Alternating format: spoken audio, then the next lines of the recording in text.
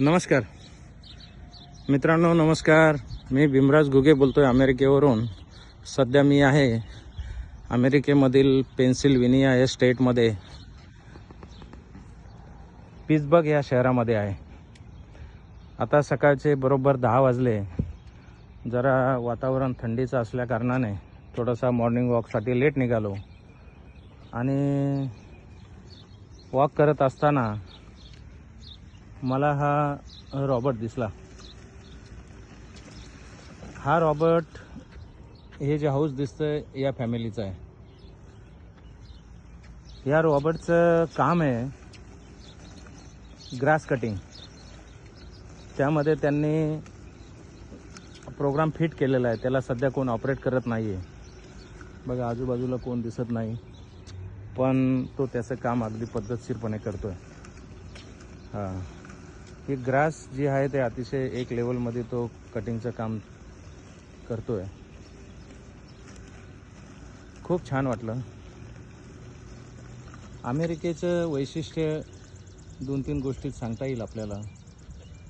America ही जगामध्ये वेगळी का आणि जगाच्या पुढे का, याचं कारण असं आहे.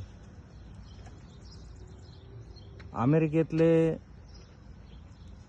जे गव्हर्नमेंट आहे, अमेरिकेचं जे गव्हर्नमेंट आहे, ते ज्या माध्यमातून अमेरिकेचा विकास करत आहे, कामं करत आहे, ते खरोखर उल्लेखनीय आहे.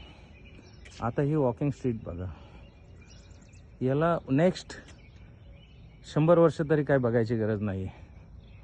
परत परत कामं करायची गरज नाही, परत परत पैसा खर्च करायची गरज नाही.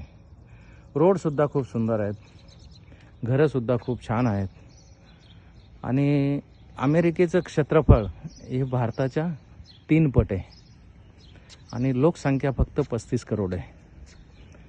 भारताच्या मानानं क्षेत्रफळ खूप मोठं असून देखील लोकसंख्या अतिशय कमी आहे. म्हणून अमेरिकेचा विकास आहे.